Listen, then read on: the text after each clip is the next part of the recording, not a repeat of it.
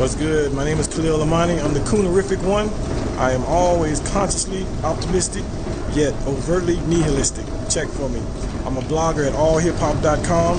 I also write for DJ K Slave Straight Stunt Magazine and Originators. You can also catch me at hoodgrownonline.com and also Maybach Magazine. Giving a shout out to VladTV.com, WorldStarHipHop.com, Star of Star, Buckwild, Shot97.com. I mess with y'all heavy. So I'm here today in Denver, Colorado at the Denver International Airport, and what we're here to do today is find out if it's all the rumors about the Illuminati are true. I'm going to take you on a tour of the airport and show you some of the signs and symbolisms that are kind of suspect, and you can be the judge as to whether this is the Illuminati headquarters or just white folks messing with our minds when we get to fly through Denver Airport. Alright? Come on, let's do it. Let me show you where we at. Just to let you know, show you real quick, we are in Denver, and we are at the Denver International Airport. We're gonna go through here and see what's really cracking, because a lot of folks doing a lot of talking. Okay, the first thing we come upon, the first thing we notice, if you fly into Denver and you're going to your baggage claim, which we're at baggage claim right now, and you may not even see this particular thing staring down at you because you're so worried about getting your bags. But if you just turn your back, look at the wall, and look up top, there's a strange little creature taking a look at you. This is a gargoyle in a suitcase. Isn't that strange? That's what you see when you come to baggage claim at Denver Airport. And this particular gargoyle is called Notre Denver, after the famed Notre Dame. I don't know about you, but I don't know what a gargoyle in a suitcase has to do with flying and all that stuff. I mean, it's just a very creepy looking figure up there, gargoyle with wings. So that's the first thing we see when you come in there in Denver International Airport. Strange, strange stuff. Okay, so we're in what they call the Great Hall. The Great Hall is another name for Denver International, the main concourse. And by the way, the Great Hall is also a Masonic term for the lodge. So I'll just show you a little picture of it. Pretty interesting, beautiful. It's like a canopy. This is called the Great Hall, which again is a Masonic reference.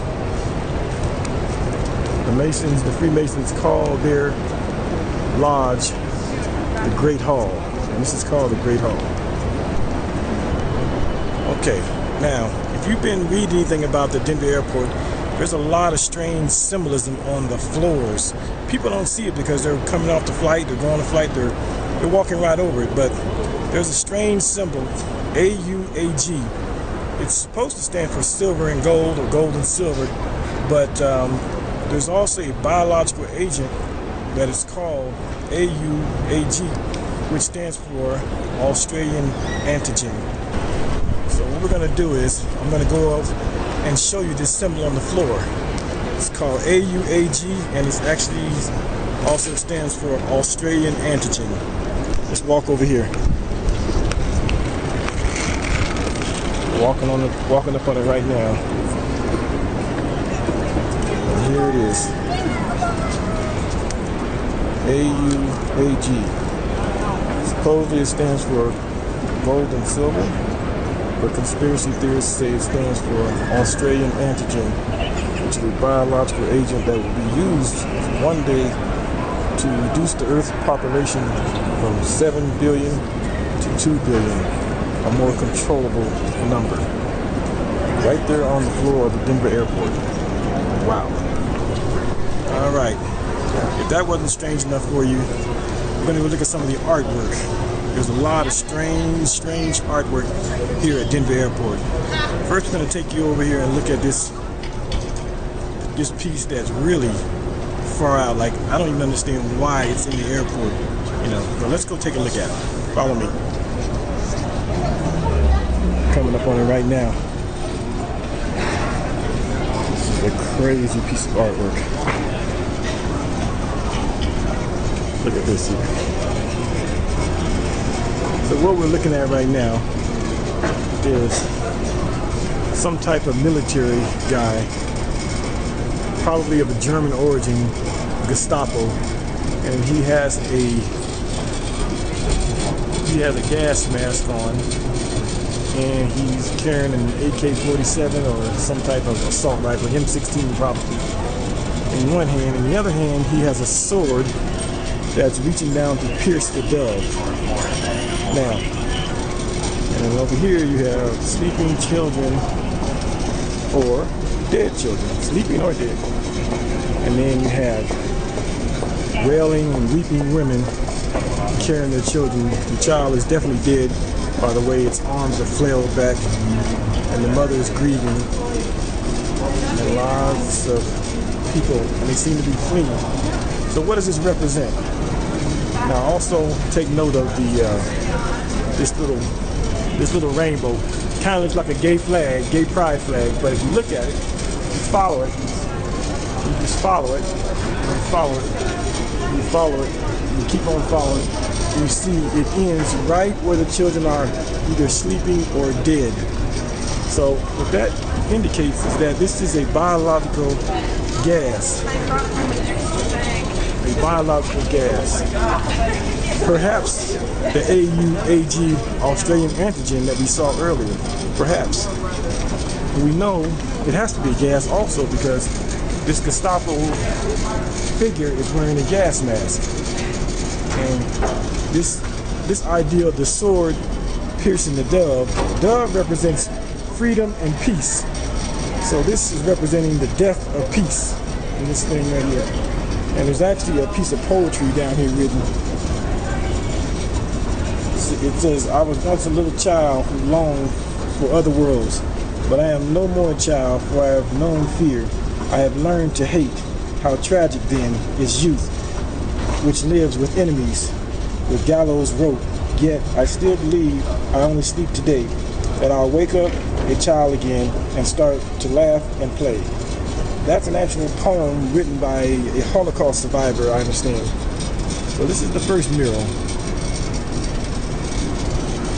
Weeping woman, dead children, people fleeing, Gestapo,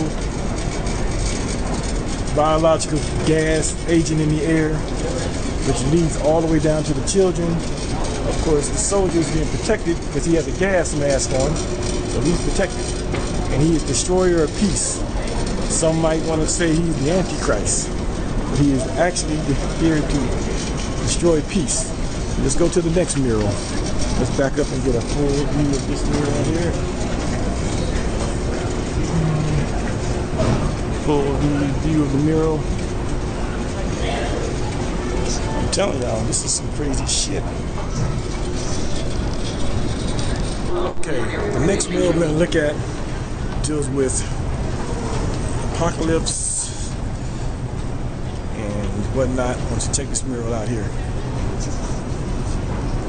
This is the next mural. There's definitely a lot of weeping going on here. Dead people, dead African, dead Native American, and a dead European. So this mural represents, as you see, the cities in the back of the woman are on fire. There's fire everywhere. This is the cleansing of the earth, the extinction of the animals. Certain animals like the great auk is extinct. Great whales will be extinct.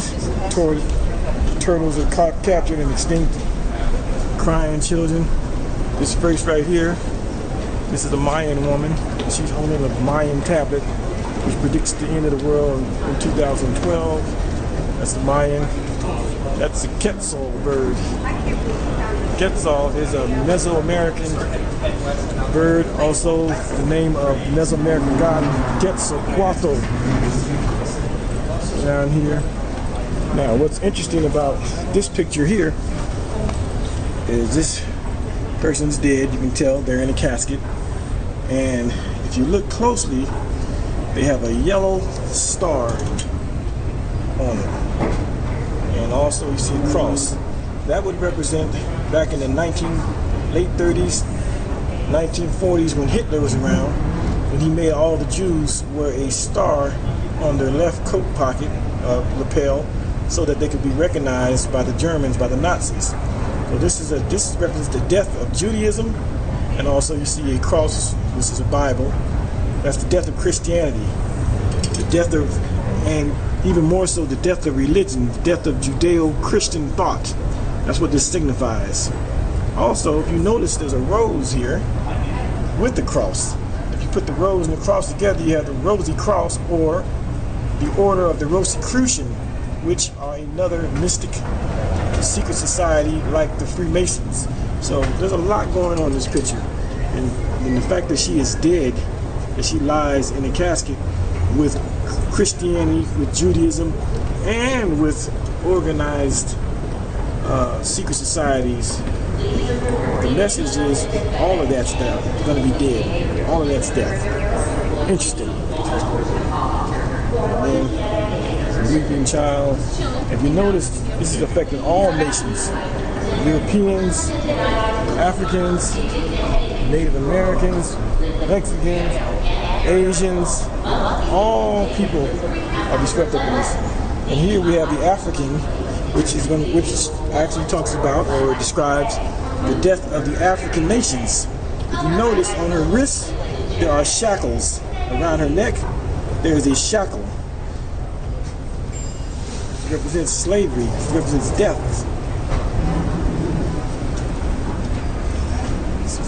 This is crazy.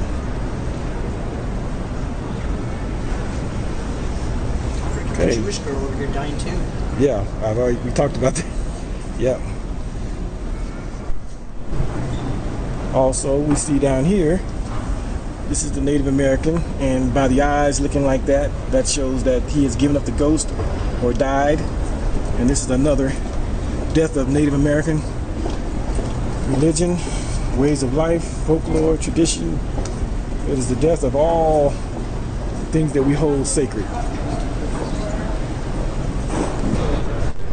All right, here we are again, back.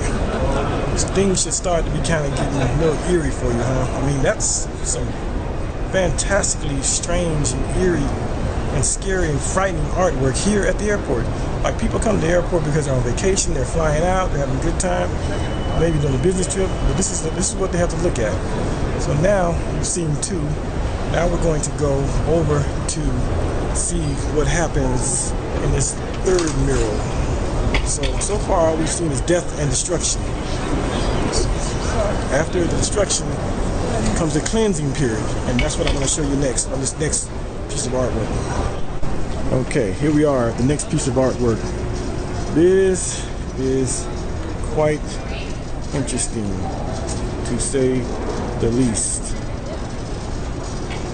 This is the period after the tribulation, after the apocalypse, after the War of Armageddon, after all the great wars. This is after everything is said and done, and it seems that there are all these children left.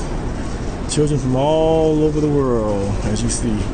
There are children from Great Britain, Europeans, there are Africans, there's United States represented with a Boy Scout, Cub Scout, Boy Scout, all the nations. There's the Middle Eastern people, there's the Jews, the Jewish nation, and the Palestinians, all of them. If you notice, they're all facing, there's a Sudanese woman from Africa up there, or a man. You notice they're all facing inward. And you see it says peace in different languages. They're all facing inward. And they're facing inward towards this one blonde, blue-eyed figure. He has a hammer in his hand, and he has an anvil down there. And what's happening is that all the children have gathered the weapons. These swords right here represent the weapons. Guns, knives, army, tanks, any kind of weapon of war. And they are bringing them to this figure here. who, by the way, is represented as a German boy, and we know that because of what he's wearing. These clothes here, his socks, this right here, those are called Lederhosen. That is a German attire. So the little German boy in Lederhosen, he is taking all the weapons and he is putting them on the anvil and he is destroying them.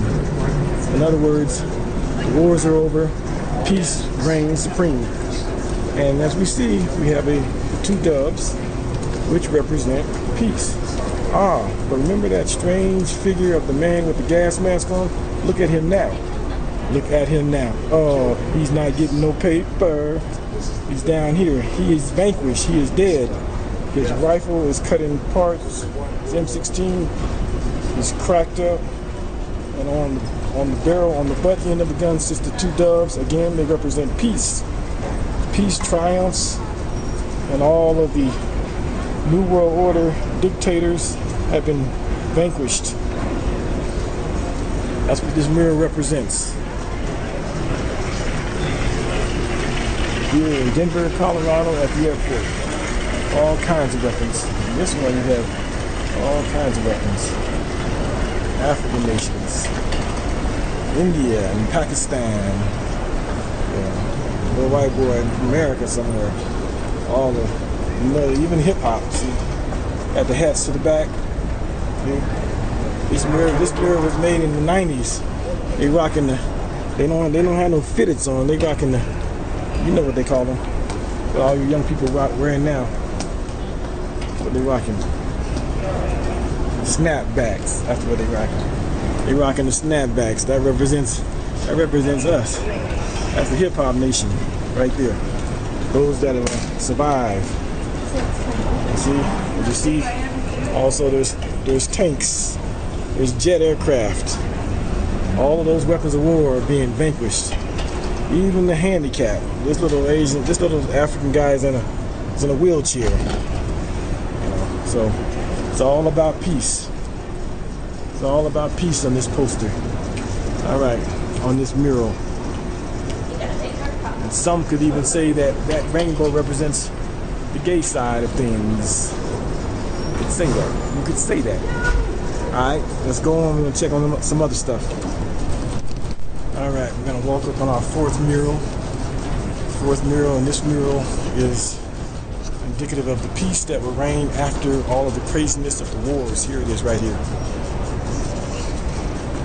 This mural shows everybody of all the different races.